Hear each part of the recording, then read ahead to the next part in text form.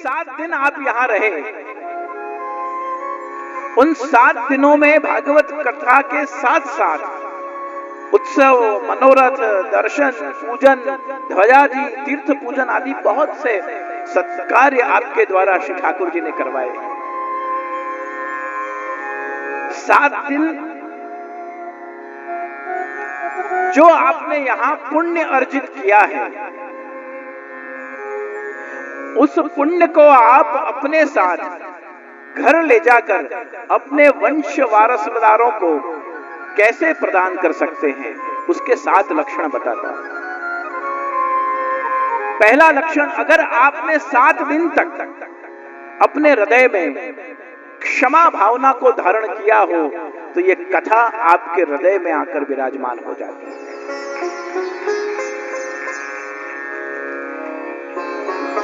हमारी जो भूलें हैं उसकी क्षमा याचना श्री ठाकुर जी के चरणों में, और हमें किसी दूसरे की भूल नजर आई है तो उसे क्षमा कर देना, ये भाव हृदय में प्रथम धारण करना है। दूसरा भाव है अनसूया, न किसी की निंदा करनी है और ना ही किसी की निंदा सुननी है।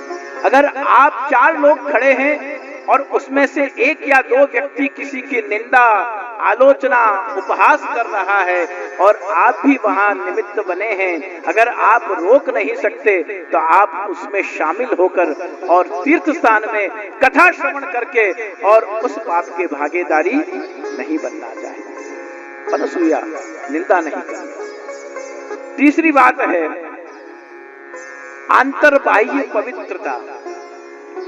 तीसरा लक्षण कौन सा है? आप क्या धारण करेंगे हृदय में? अंतर्बाह्य पवित्रता। बाह्य रूप से हमारे आचार विचार, खान पान आदि आदि का विचार हमें बाह्य रूप से करना है।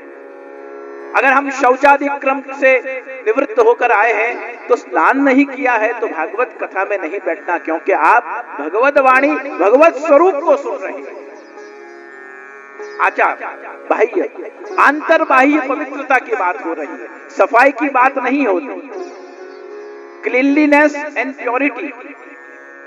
Cleanliness is always exterior and purity is always eternal. स्वच्छता बाहर का विषय है और पवित्रता आंतरिक विषय है। तो बाह्य रूप से हमारी पवित्रता भी रहे इन 7 दिनों के दरमियान, ये भी हमारी जिम्मेदारी है, और साथ साथ में आंतरिक रूप से पवित्रता का भी हम ख्याल रखें। आंतरिक रूप से पवित्रता कैसे रखेंगे? जितना समय हमारे पास हो, व्यवसाय की, धंधे की, किसी के आलोचना की, किसी के स्पर्धा की, किसी की तुलना की, संसार में क्या हो रहा है, नई पिक्चर कौन सी आई है, जाकर कौन सी देखनी है, हम कौन से वीकेंड्स में हम जब बिजनेस कॉलीग्स इकट्ठे होते हैं तो कहाँ जाते हैं, हम शहर में क्या करते हैं, उन सब चीज को यहाँ याद करना, उन सब बातों का यहाँ विचार करना, ये आंतरिक पवित्रता से हमें दूर ले जाता है।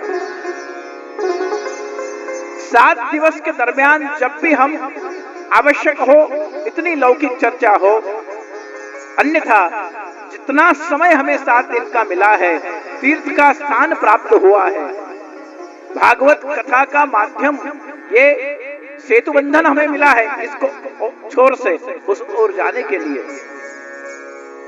तो उसके लिए आंतरिक पवित्रता भी जरूरी है। कई बार क्या होता है कि जैसे सड़े हुए लकड़े के ऊपर हम पेंट कर देते हैं, 7 दिन तक हम बहुत सावधानी पूर्वक सब रहते हैं, लकड़ा अंदर से जैसे सड़ जाता है, गल जाता है, और उसके ऊपर ऑयल पेंट करें तो कितना सुंदर लगने लग जाता है। उसका जो आंतरिक रूप से सड़ाव है वो ऑयल पेंट में आच्छादित हो जाता है, वो छुप जाता है। उस प्रकार से आंतरिक पवित्रता जो है, उस पवित्रता का हमें बहुत सावधानी पूर्वक अनुष्ठान के दरमियान ध्यान रखना चाहिए। हम मैं किसी व्यक्ति विशेष के लिए नहीं कह रहा हूं, लेकिन जैसे हमने यहाँ नृत्य किया, जैसे यहाँ आरती करी या जैसे पूजन किया, उसे हम तुरंत सोशल मीडिया पे रख देते हैं। सोशल मीडिया से रखने से बहुत अच्छी बात है, आप ऐसे सत्कर्म भी करते हैं, ये आपके मित्रों को, स्वजनों को, सबको मालूम पड़ जाता है कि भाई हमने ये यहाँ गए तीर्थ में और हमने ये अर्चन पूजन किया, ऐसे हमने नृत्य किया, ऐसे हमने कथा का आनंद लिया। ये एक बहुत पॉजिटिव मैसेज संसार में जाता है। लेकिन आपके आंतरिक भक्ति के विकास के लिए वो ऑयल पेंट जैसा ही है। अंदर से जब तक आंतरिक पवित्रता का आप अनुभव नहीं करते हैं, तब तक ऊपर का ऑयल पेंट वो ज्यादा लंबी आयुष्य 2-3 बरसात दिखता है, वापस जैसे थे ऐसे।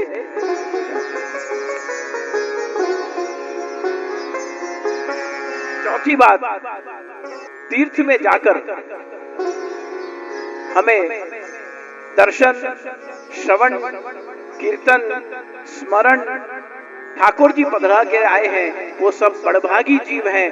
ठाकुर जी का सेवन, ये सब पांचों भक्ति मार्गीय पुरुषार्थ करने में जो जो चीज, ये 5 वस्तु करने में, श्रवण, कथा श्रवण,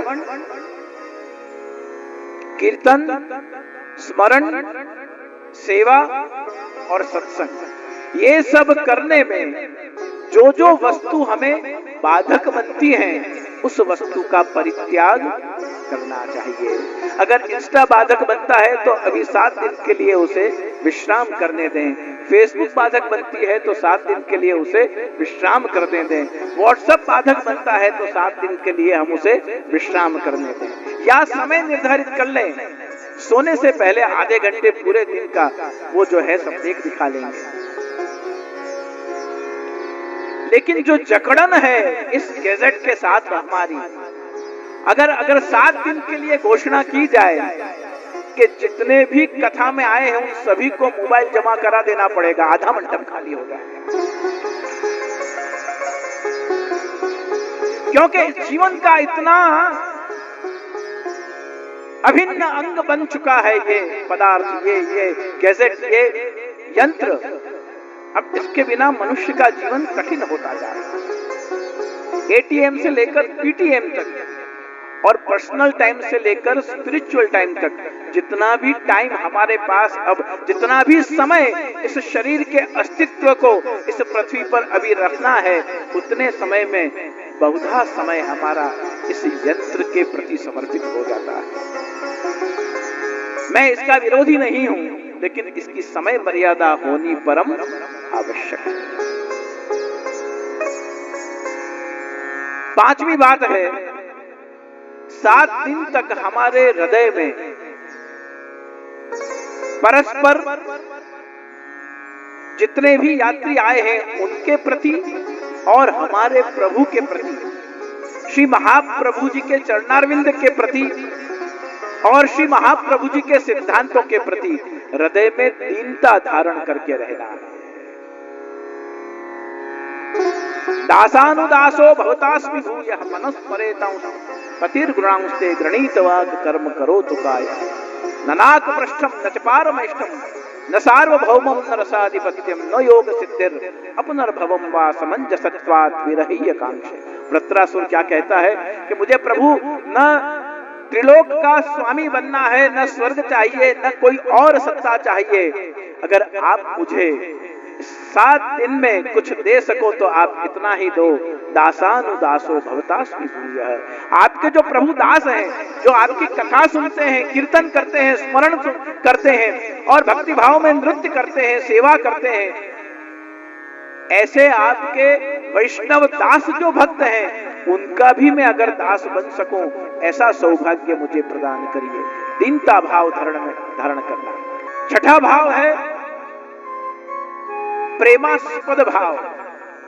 प्रेमास्पद भाव का अर्थ होता है कि आप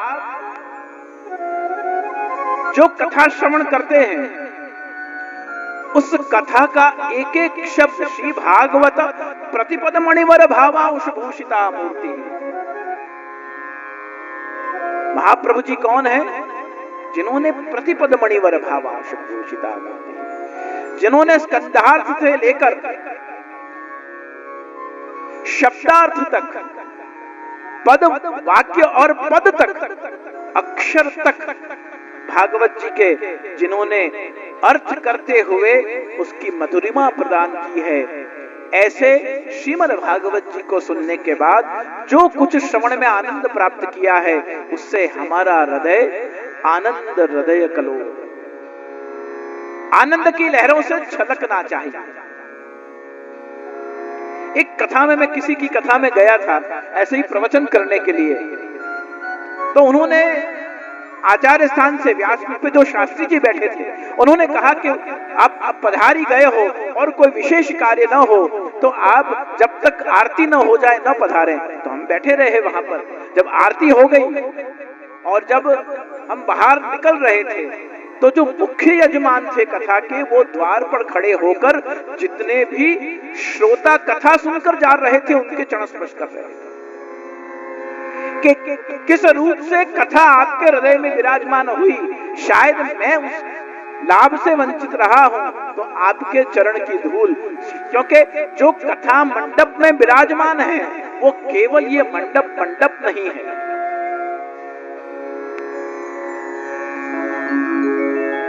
ये नैमिषारण्य का महातीर्थ है जहां पर विराज कर, क्योंकि जहां श्रीमद् भागवत जी पधारते हैं वहां श्री ठाकुर जी भागवत जी के रूप में, वांगमय रूप में विराजते हैं।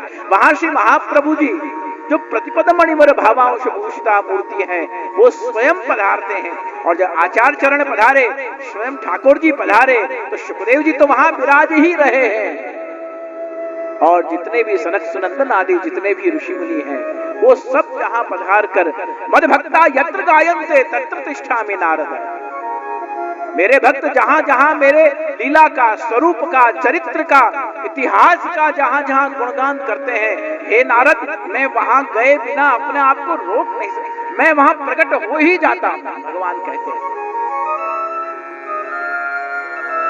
मुस्कान के इरादे अश्कों में बह गए, मुस्कान के इरादे अश्कों में बह गए, आए फिजा बन के खिजा बन के ढह गए, आए फिजा बन के खिजा बन के ढह गए।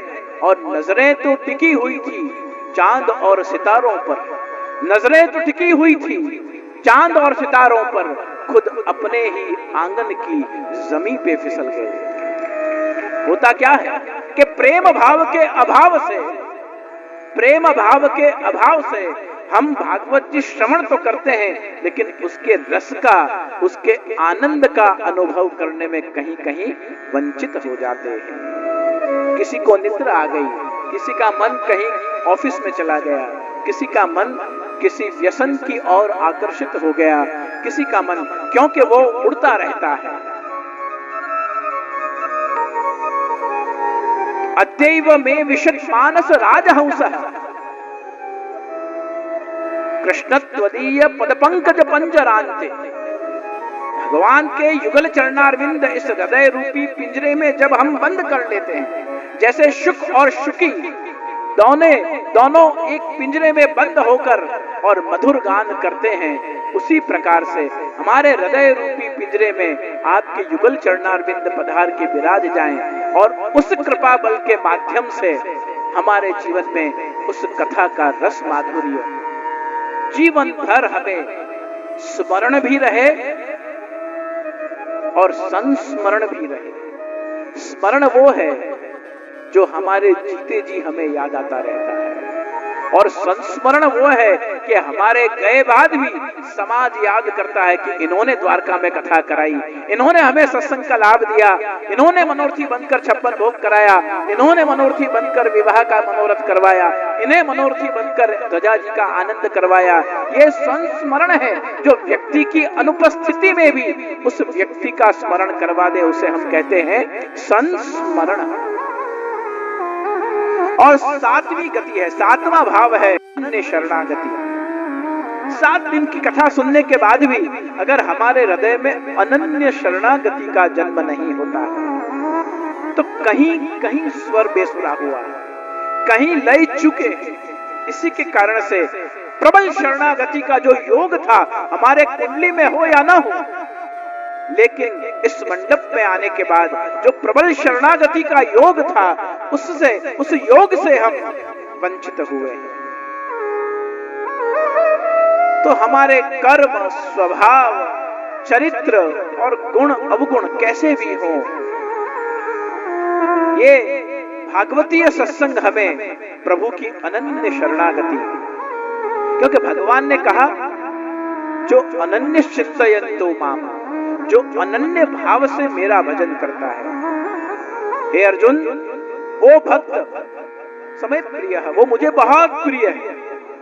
पहली शर्त भगवान ने रखी कि जो अनन्य भाव से, और दूसरी शर्त क्या, मामेकम शरणम व्रज, जो मेरे प्रति संपूर्ण अनन्य हो, माने प्रेम में प्रचुर डूबा हुआ हो, और दूसरा जिसकी शरणागति प्रबल हो।